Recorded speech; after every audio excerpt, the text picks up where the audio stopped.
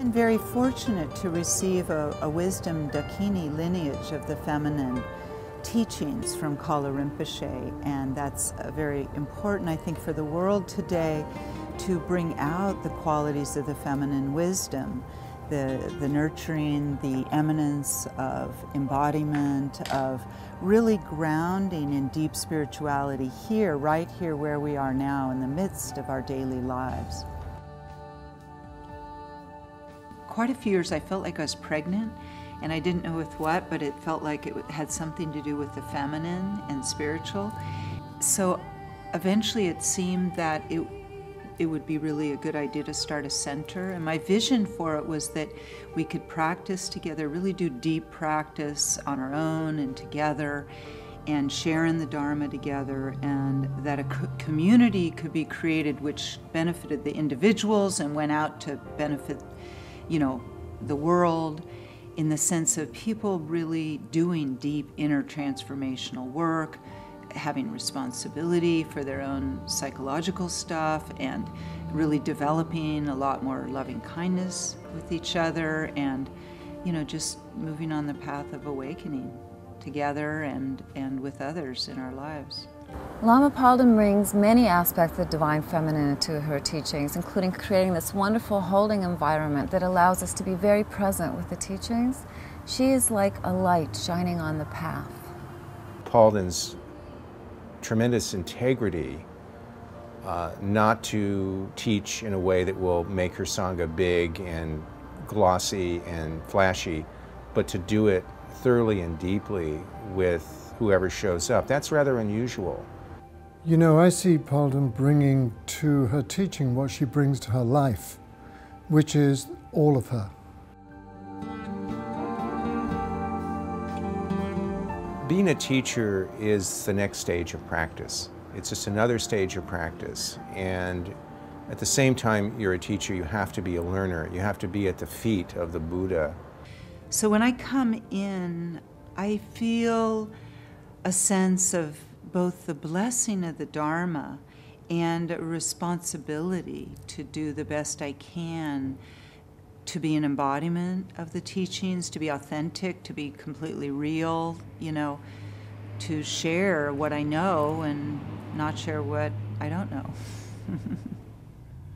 As a teacher, you are basically turning your own path over to the benefit of other people. And there's no certainty in that. You respond in the moment to the need that arises. So it's constantly challenging you. It's constantly humbling you.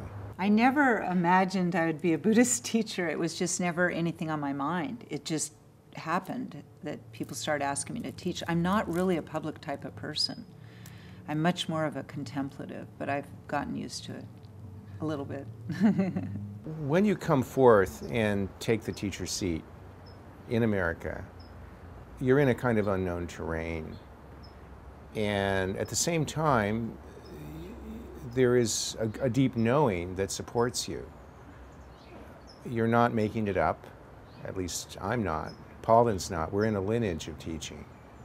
And that lineage supports you in visible and invisible ways. In fact, the more that you surrender to it and the more that you don't think that you're doing it or that it's your wisdom that you're bringing forward, the better it is. The joy for me in being a teacher and also a practitioner, a yogini, first of all, as a teacher, to really share what is most profound to me, what is most deeply meaningful and profound, what's at the heart of life for me, the teachings of Dharma. So to share that is really, you know, just deeply meaningful for me. It feels like I'm doing what I came to do in this life. It feels like I'm actually, even though I may only personally reach a few people, that the emanation of all of our practice, and as those people reach other people, whether through words or just through our prayers or through our meditations, that it goes out to affect many beings. So, you know, I feel really good to be able to devote my life to something that I feel is ultimately a benefit for all sentient beings.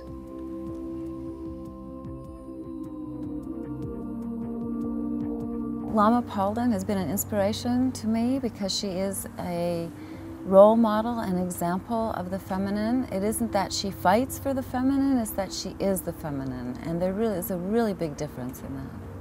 It's the quality of her being that inspires me most. The way she lives her life, the way her presence, the light and the playfulness and the joy and the exuberance, again, very understated, of her presence. You would never know the power. If you didn't sit with her, if you just looked at her down the street, you would never know who was walking down the street. She's so, again, understated and amazing. So what I really love about Palden is that she teaches from the feminine. I mean, a feminine that is not disconnected. It's fully integrated. And in that way, she gives more emphasis to space rather than to form, and just gives room to students to explore their own paths. The way that she personally exemplifies the Dharma and the teachings is such an inspiration to me. I feel very moved and very grateful to be able to study and learn from such a great guide. I think there is an awakening of the feminine wisdom happening right now in the world, and I think this could be of great value in people learning to work together, to love each other as human beings all over the planet, and to work together for solutions for our situation at this time.